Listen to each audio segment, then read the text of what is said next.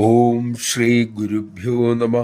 അമ്മ ന്യൂയോർക്കിൽ എത്തിയ സമയം ഒരു പത്രപ്രവർത്തനം അമ്മയെ കാണാൻ എത്തി.